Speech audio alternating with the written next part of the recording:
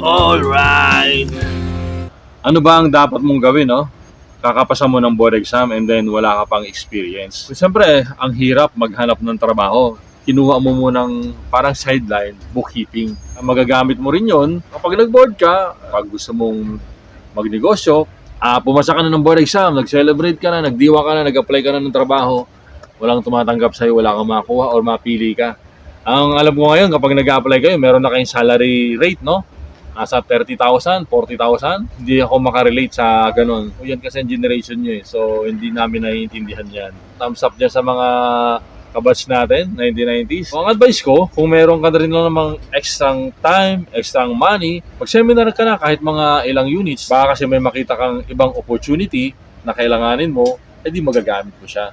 Okay? Ako po, sayang, no? Nag-apply ako sa isang malaking GOCC. Wala ako nagpakitang trainings. After nun, nag-training ka agad ako. Tingin ko, ano bang advantage kapag nandito ka sa agency ko ngayon? Pero pwede ko naman sabihin sa comment section kung pag may message kayo sa akin. Okay?